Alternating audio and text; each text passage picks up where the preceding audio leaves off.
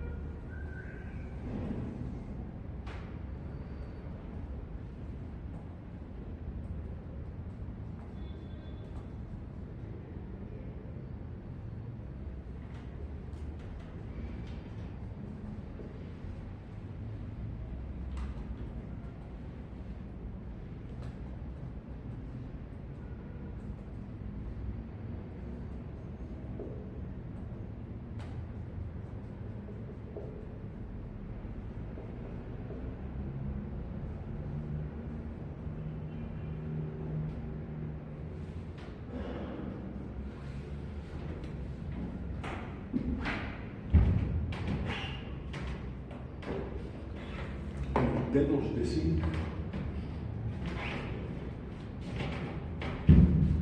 se descubre cuando se observa que el DNA para muchas de sus funciones requiere de zinc, ¿sí?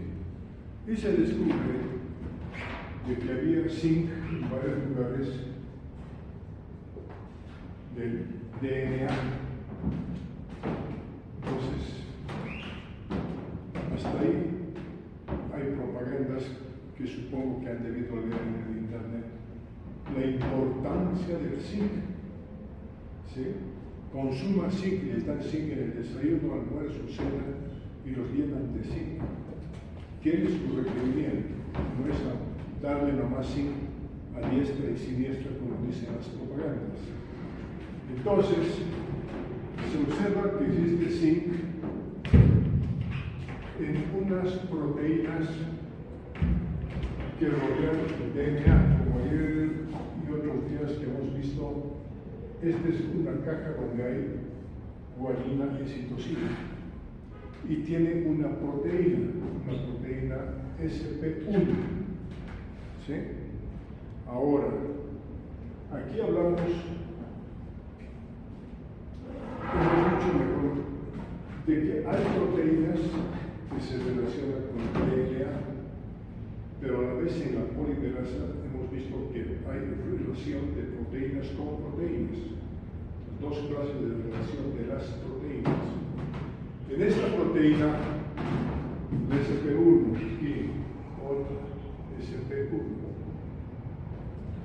entonces detectan que hay zinc y que son proteínas que se relacionan justo a ese nivel, siguiendo el ritmo de las curvaturas del DNA.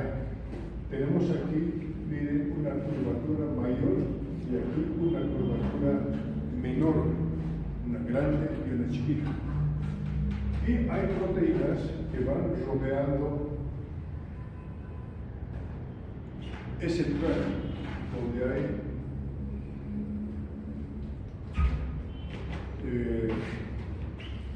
la secuencia de G y C, o sea, guanina, citosina.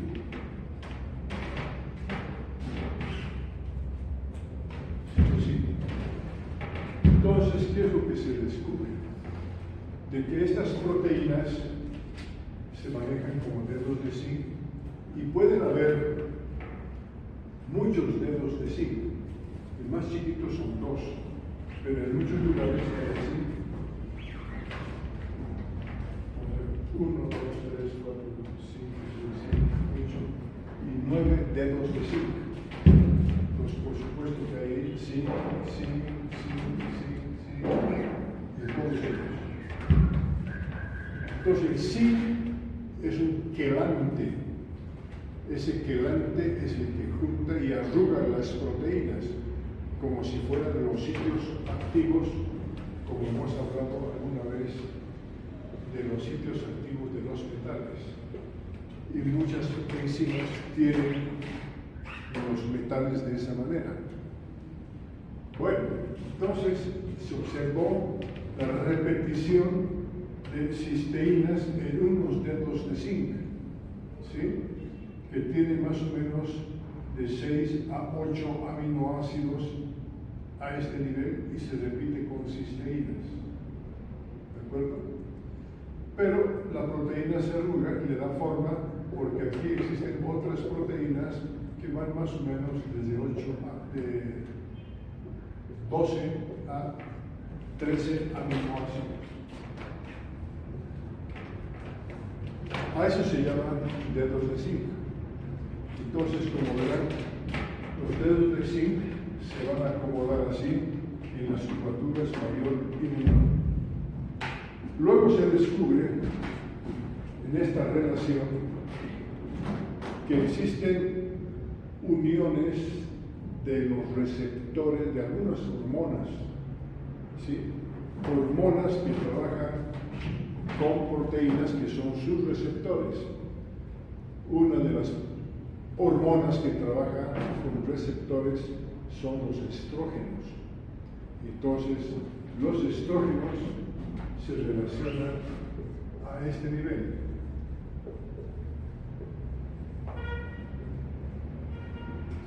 Bueno, pero los estrógenos no trabajan solitos, trabajan con sus receptores.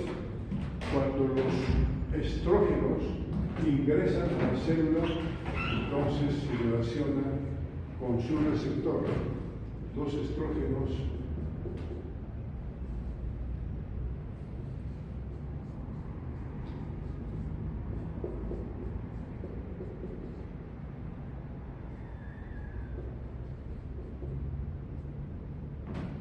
entonces, digamos, el estradiol tiene aquí, como dice diol, tiene 2 oxidrilos, ¿sí?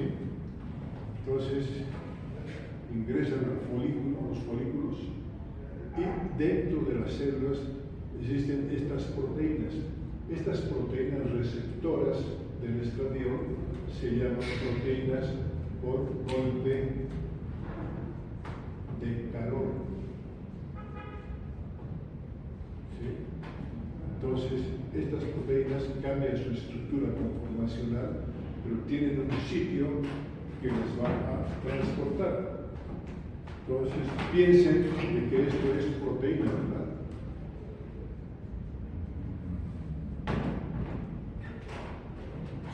El receptor, cambia. Las hormonas femeninas, estradiol, como ejemplo, pueden circular en todo el organismo, ¿sí?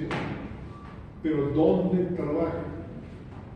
Trabaja, vamos a pensar, en ovario, ¿sí? ¿Por qué solamente en ovario? Porque solamente en ovario tiene su proteína receptora, ¿sí? Su proteína por golpe de calor. Bueno, entonces una vez que esto se ha producido así, entonces esta proteína va hasta el núcleo y justo trabaja con otras proteínas.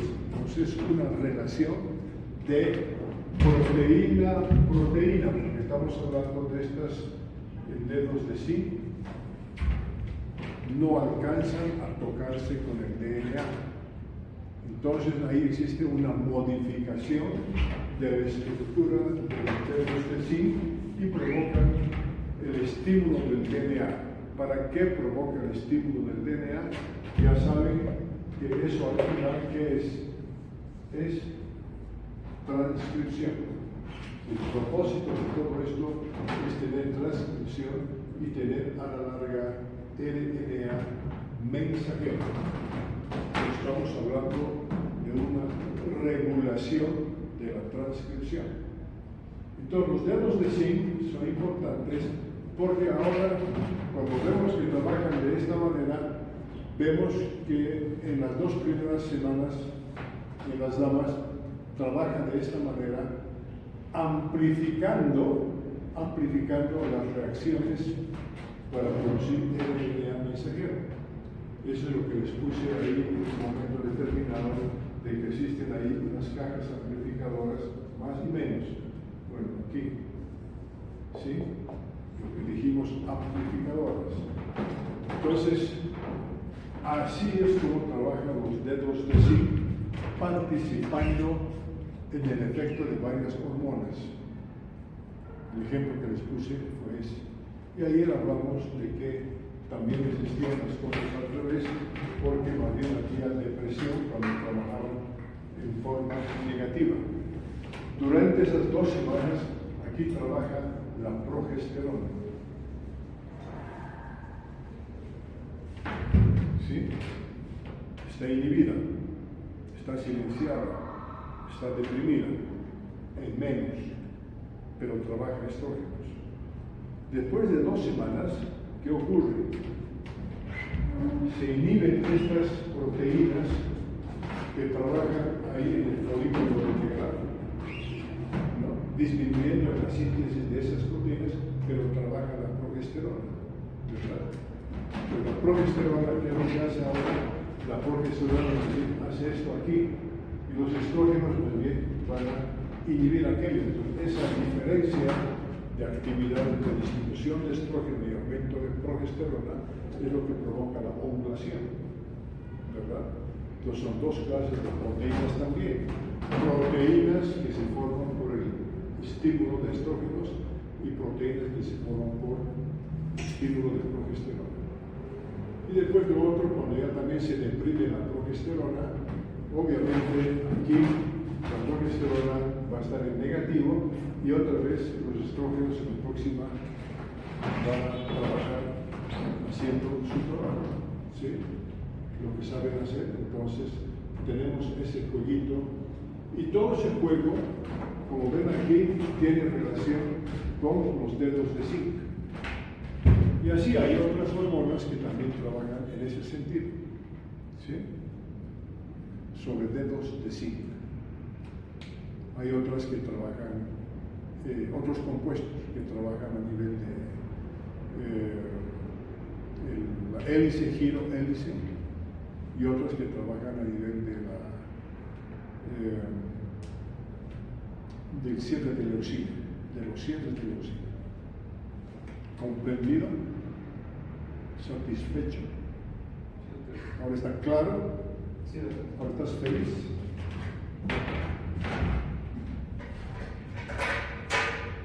Esos son los famosos dedos de zinc. Otra pregunta.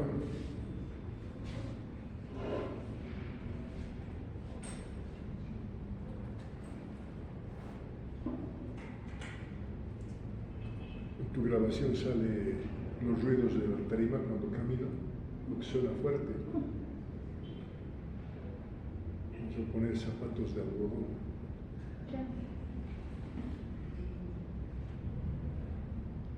Otra pregunta.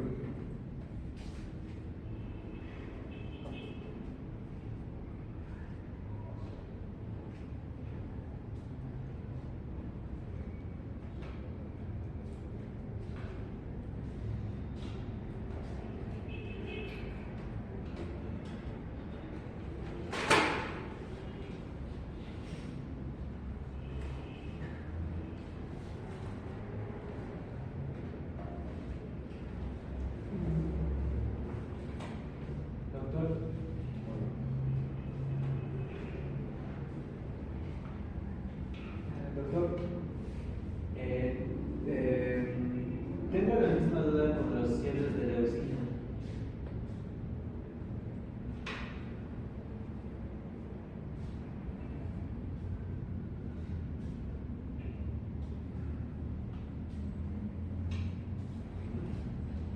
Tengo la misma duda que con los botones de zinc, con los dedos de zinc, con los cierres de leucina. ¿Cuál es tu? ¿Cómo funciona? ¿Cuál es su función? ¿Han copiado eso? ¿Sacado foto?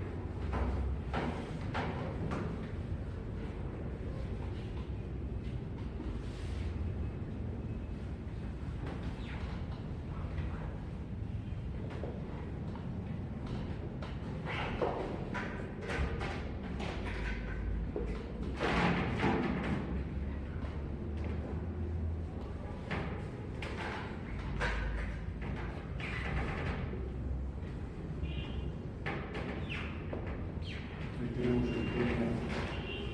lo mismo.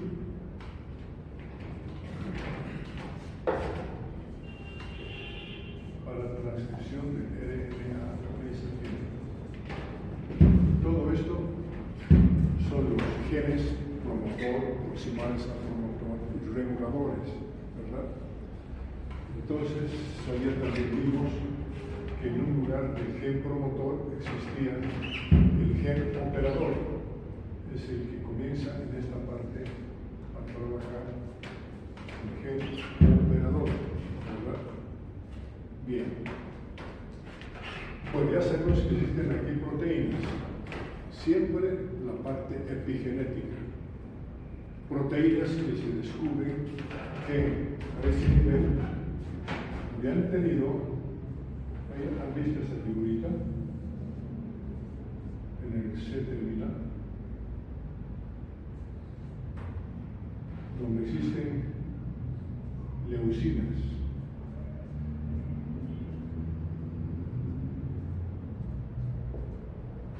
¿Sí? En esta secuencia de aminoácidos, aquí son aminoácidos, y cada 7, miren, cada 7 espacios o 7 aminoácidos existen leucinas, ¿sí? Igual que un ciber, y ahí empezó todo. En inglés, como le diría, cierre.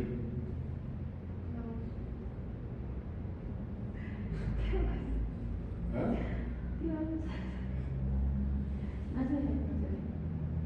¿Cómo se dice? Klaus. ¿Ah? Klaus. Yo digo Klaus. Cierre, abre. ¿Cómo se dice cierre? Klaus. Sí, pero pues. Entonces ahí le dieron el nombre de leucin ciber. Traducido, cierre de leucinas. Entonces, aquí, hacia el extremo N terminal, existen otros aminoácidos, ¿sí? Y termina en N terminal, ¿sí? Y lo mismo, N terminal. Entonces, ahí vemos, ¿no? Igualito, esos cierres de leucina se van a localizar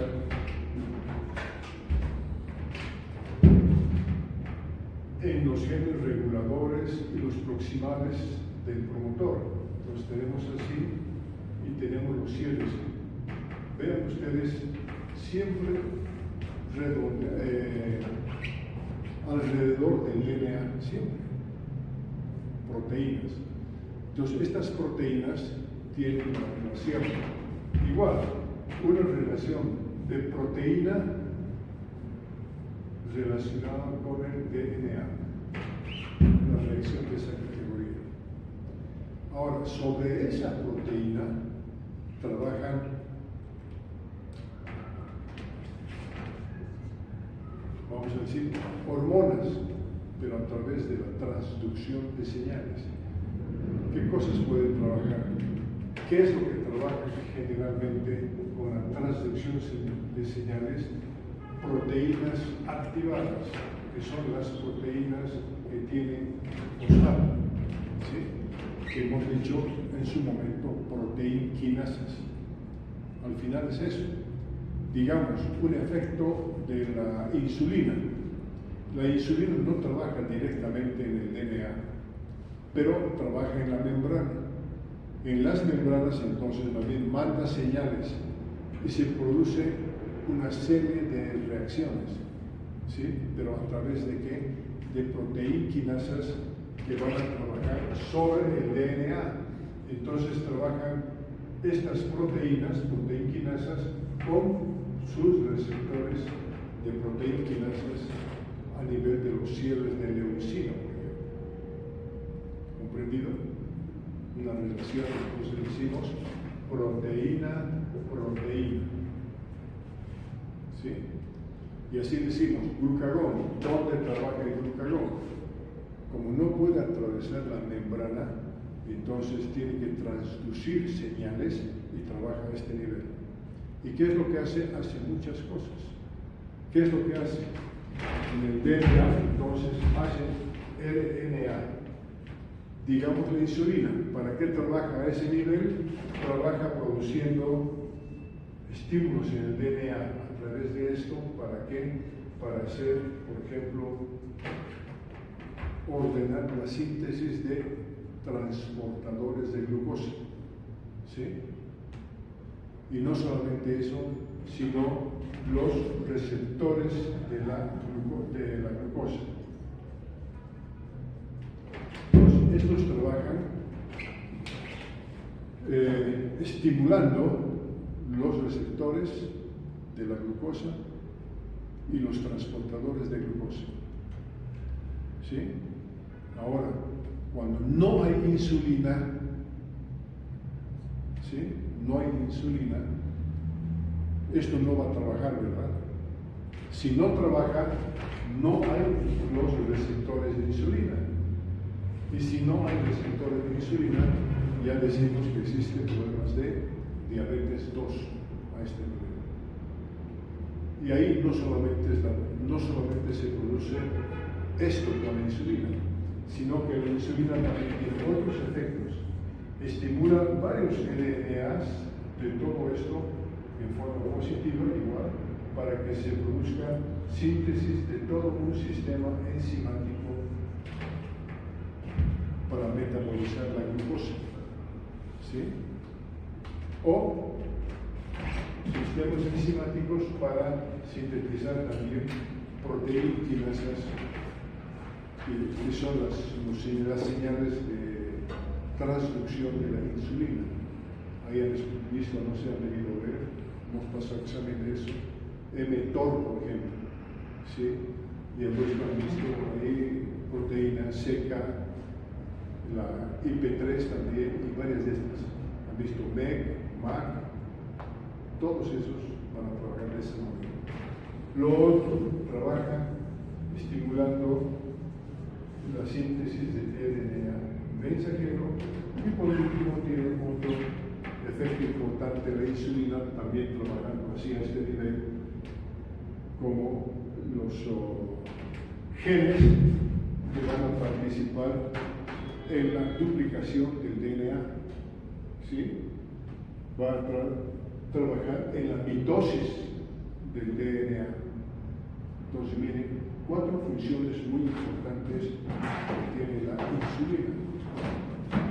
¿Cómo lo hace? Ahora ya descubrimos que lo puede hacer a través del estímulo del DNA, pero ya es más profundo, ya no solamente es a través del DNA, así nomás, sino a través de proteínas DNA.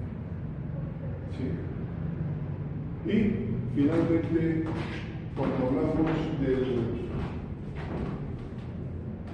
esto, de la RNA polimerasa 2, y decimos que aquí existe una forma D, existe aquí una proteína A, B,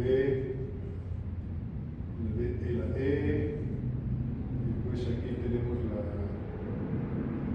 F, finalmente aquí tenemos la H.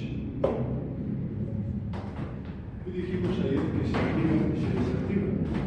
En realidad, ¿cómo se comportan estas proteínas para el cambio conformacional?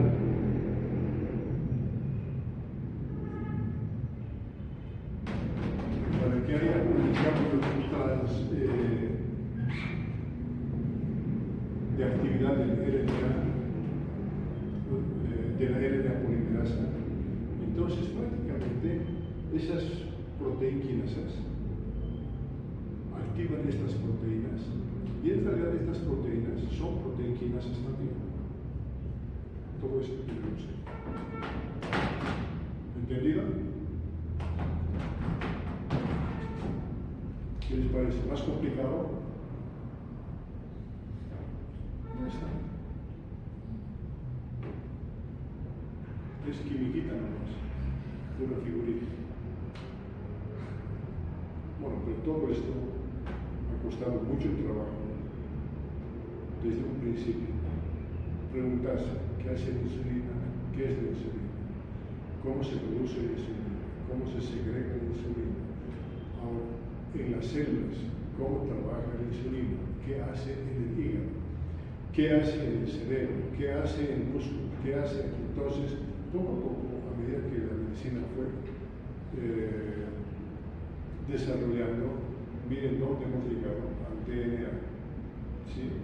Ahora sabemos mucho más del efecto de la insulina y ahora es cuando tenemos que trabajar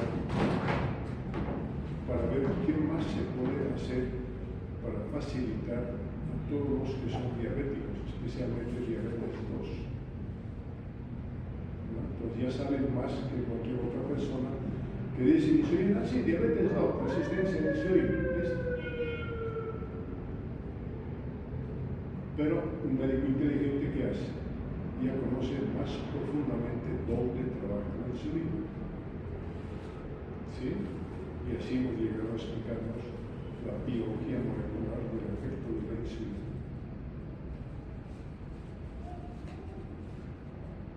¿Preguntas?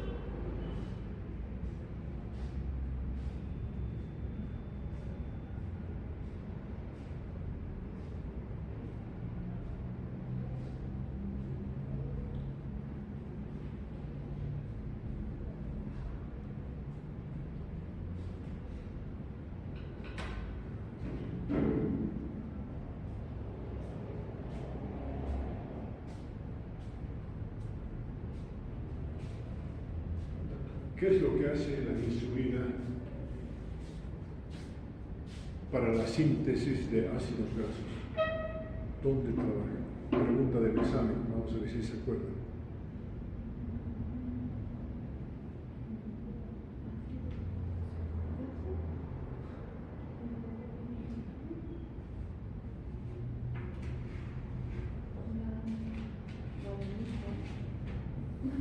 Ya se lo digo.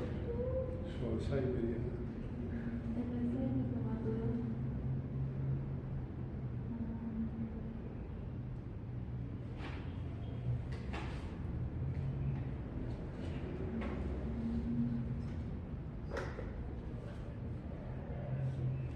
¿Qué hace? Por ahí.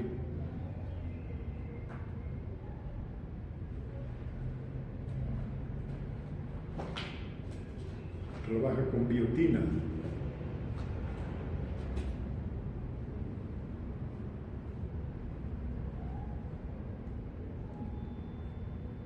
¿Qué enzima estimula la síntesis de enzima?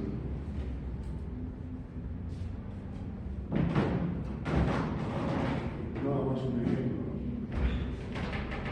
Entonces, aquí lo que va a hacer es estimular la síntesis de la biotina carboxilasa. ¿Sí? Y la biotina carboxilasa va a trabajar introduciendo anhídrido carbónico en una acetilcoenzima.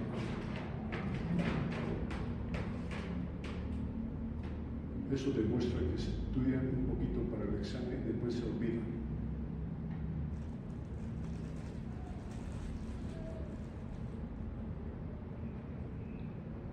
¿Cómo se llama la enzima? Pero no lo sé.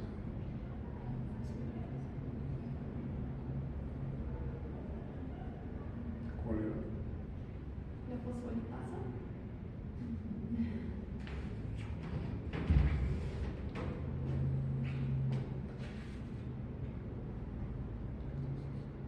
Manonil carboxilasa.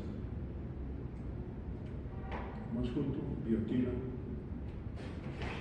manonil carboxilasa. Bueno,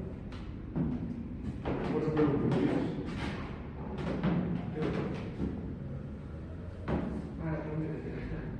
En el video menciona que los rayos ultravioleta pueden causar una célula que su ADN ya dentro y del ADN de un virus que le había infectado puede hacer que ese ADN se vuelva nuevamente infeccioso y se multiplique de nuevo y se creen nuevos virus y termine en lisis. Entonces, aparte de los rayos UV, ¿qué otros factores podrían hacer que se den ese nuevamente?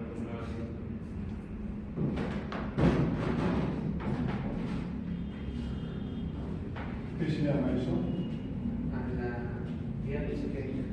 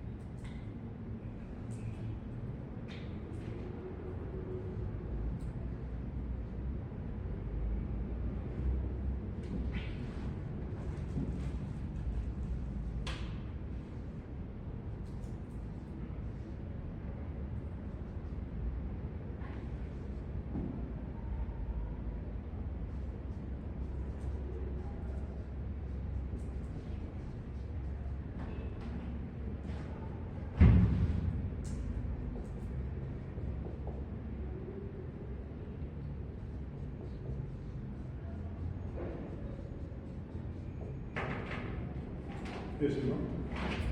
Bueno, el esquema es un poquito más grande, más explicado, pero fue listo. Entonces, aquí tenemos un virus, el fago lambda.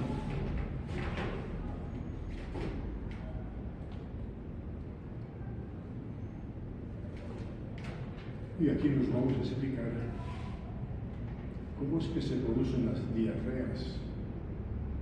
¿Sí? Entonces, fago lambda introduce aquí a la bacteria, es bacteria, un subDNA. Este DNA es especial porque este DNA de esta bacteria es lineal.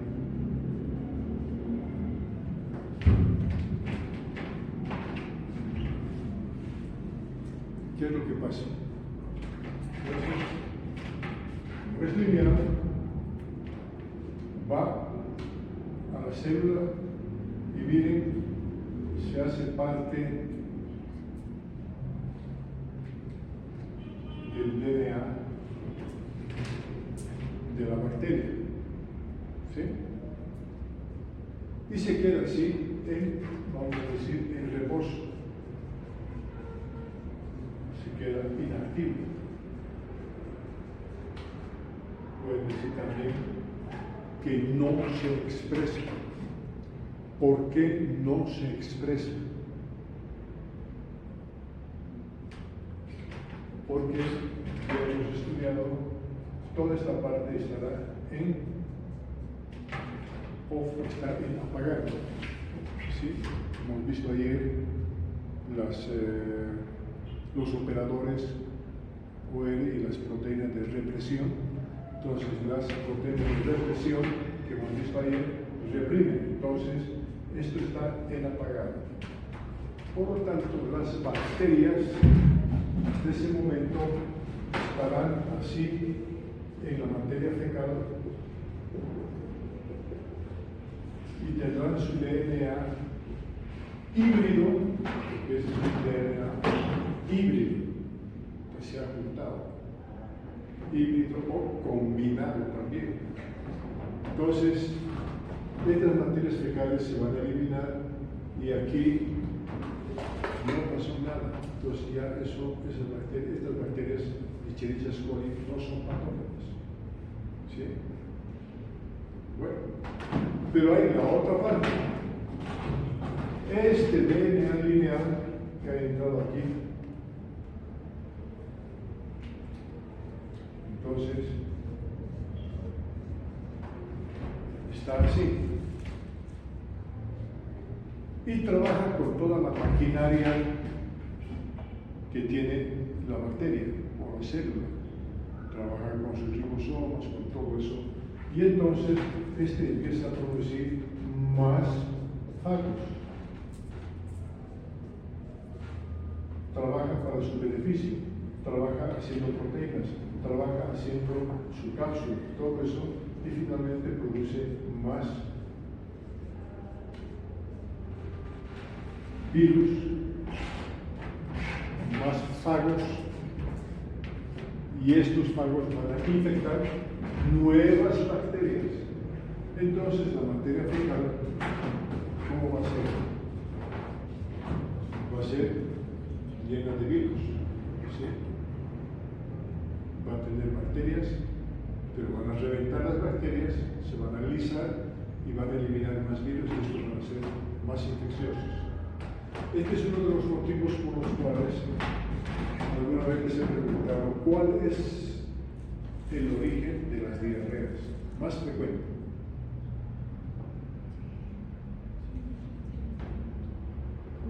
¿Cuál?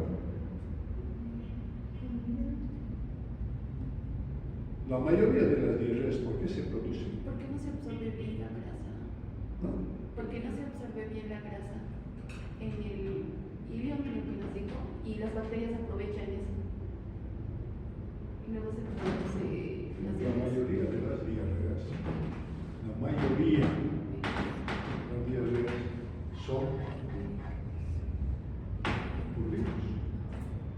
¿Por qué hacen esto? lítica. Y cada vez hay más virus. Y diferentes clases de virus. Entonces, comemos virus a cada rato.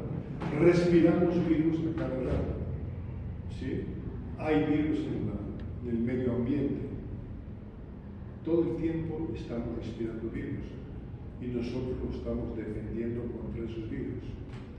Entonces, hay un virus muy más frecuente que es el coronavirus. ¿Sí? ¿Qué hace eso? Va directamente a la fase glítica y hace esto. ¿Verdad? Entonces, esto va a contagiar a otras personas y otras personas van a tener también la misma historia.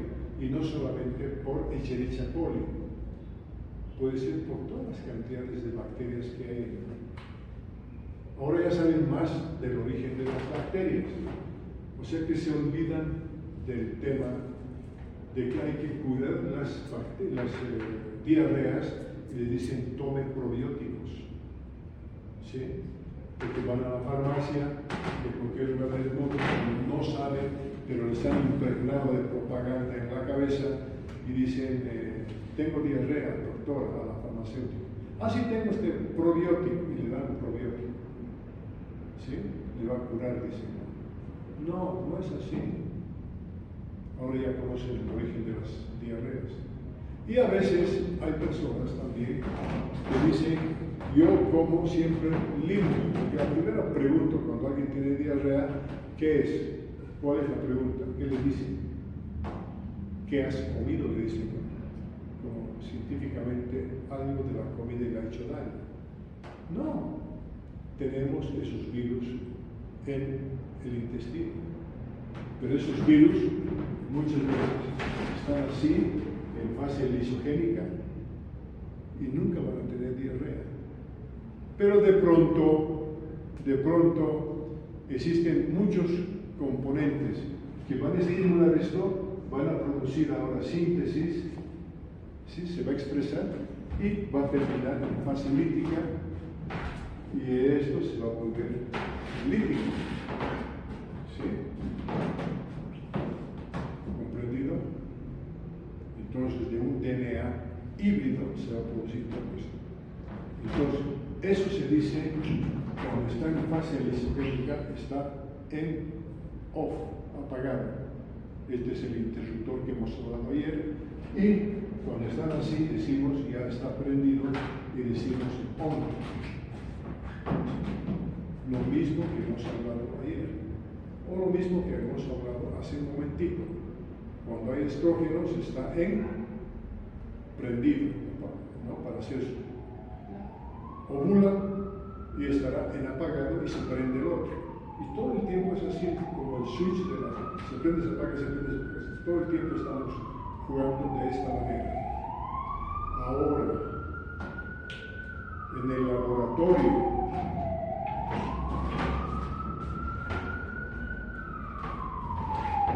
cuando estén haciendo turno y escuchen ese ruido, empiecen a temblar porque van a traer muertos, van a traer heridos y van a tener que trabajar. ¿Sí? Van a tener que salvar a alguien. Bueno, entonces en el laboratorio, cuando se trabajó con el Escherichia coli, ya en el laboratorio, sí ponen ahí luz ultravioleta. A esto, ¿qué le están haciendo? Están transformando su DNA, con lo que están permitiendo que se exprese esto que estaba bloqueado y de lo que estaba en off, ahora está en on y han producido virus, ¿verdad? Pero eso no lo pueden traslocar a lo que sucede en nuestro intestino, ¿sí? Porque no alcanza la luz ultravioleta en el intestino. Bien, pero este es un buen ejemplo, porque para que ocurra esto hemos utilizado una palabra.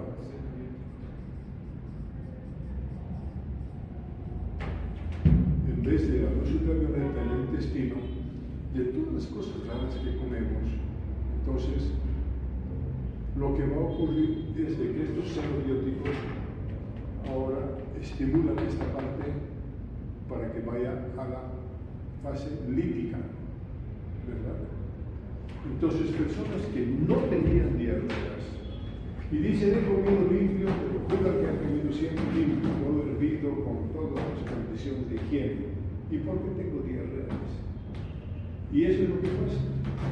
Miren, personas que no tienen diarrea, tienen esto, ¿verdad? Pero tienen sus virus atenuados porque todos están en la fase lisogénica. Pero basta cualquier estímulo, cualquier tipo de xenobióticos. Entran aquí y liberan un hito nomás de una bacteria. Estas las vuelven patógenas y entonces entran a la fase lítica y producen más virus y por supuesto que producen más diarrea. ¿Sí? Porque entonces influyen en la función de las células del intestino y los virus empiezan a molestar a las células del intestino. Eso también les demuestra algo importante en la evolución de la humanidad. Todo el tiempo el hombre siempre está atacado, bueno, así, por virus. Más de 2000 virus de toda clase. Solo para el resfriado dijimos que hay más de 500 virus. Solo para el resfriado. ¿Sí? Pero tenemos más virus que viven en lugares muy diferentes. Entonces nosotros estamos en ese metro que tenemos del DNA. ¿Sí? Dijimos que solamente se expresa el 1%.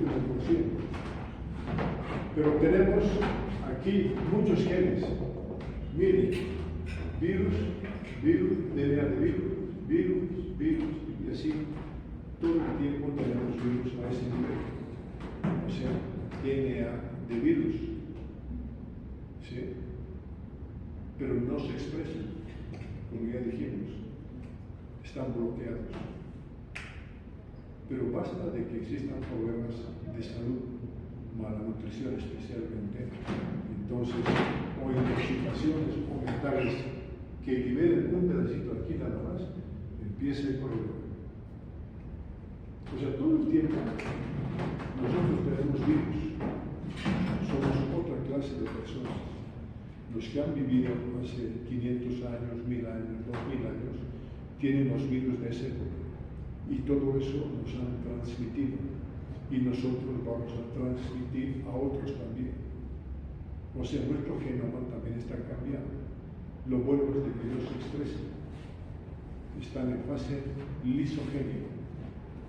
¿Tenemos virus del cáncer? Tenemos pues. ¿Tenemos DNA de cáncer? Tenemos también. De todas las enfermedades y de todo, pero no se expresan porque todo eso está bloqueado. Y ahí hemos hablado mucho de lo que es el bloqueo y hemos hablado de la proteína represora. Todo está frenado. Y eso fue a propósito de que todo órgano pueda ser hueso donde no hay, pueda ser piel donde no hay, y entonces todo eso está bloqueado por la proteína represora. ¿Sí? Una cosa es hacer las cosas en el laboratorio para hacer la demostración y otra cosa es lo que estamos viviendo. Ahora, por eso DNA diferente de cada uno. Todos son diferentes. No hay una persona que sea igualita. Por este motivo, ni los gemelos, ni los mellizos, ninguno es igual. Por esto. ¿Sí? La probabilidad de ser diferentes es bien grande. Hablen de plantas, igual no hay plantas igualitas. Hablen de frutas, no hay frutas igualitas. Hablan de gusanos, no hay gusanos igualitos. Hablan de arañas, no hay arañas igualitas. Es decir, todo lo que es vida, todo lo que es un ser viviente, ninguno es igual a otro, porque tiene diferente expresión del DNA.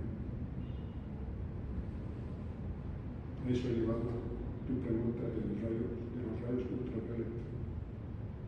Entonces ya se imagina, lo que hemos hablado alguna vez también, ¿Qué es lo que pasa con los rayos ultravioleta? ¿Cuánto estarán cambiando a las plantas? Por eso es que por este motivo tenemos diferentes clases de plantas. Por este motivo, de los rayos ultravioleta que llegan aquí, entonces tenemos diferente DNA. Orgullosos de más de 2000 formas de papa, un orgullo bárbaro, especialmente de la altura. Claro, pues las papas también han cambiado, no han cambiado por eso. Y le dicen papas milagrosas para todo, para venderles. Marca, papita defectuosa. Van al mercado y encuentran papas de todas las clases, ¿no? Y de todos los nombres también. Entonces miren la cantidad de variaciones que hay, nada más por la luz ultravioleta, que cambian la secuencia del DNA. ¿De acuerdo?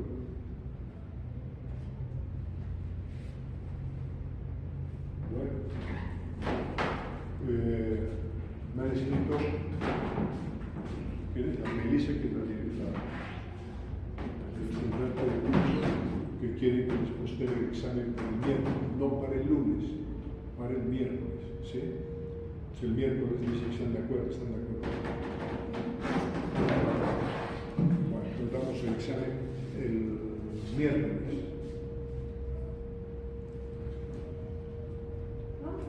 No, mañana le doy libre porque va a haber para las elecciones, para que se preparen. ¿Y por qué van a votar?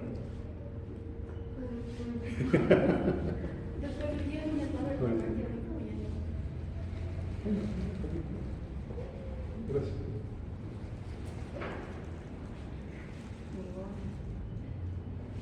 No, por el DNA. Gracias, doctor. Bueno.